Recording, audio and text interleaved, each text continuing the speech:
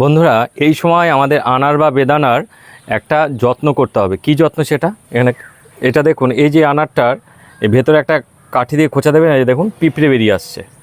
তো আমাদের মনে হতে পারে এর মধ্যে যেন পিঁপড়ে বাসা বেঁধেছে, আসলে তা নয়। এর মধ্যে যেটা আছে সেটা হচ্ছে এই যে এই পোকা আছে, আমি বের করি, এই যে দেখছেন, এটা হচ্ছে সেই মিলিবাগ, বাংলায় আমরা যেটাকে দোয়ে পোকা বলি।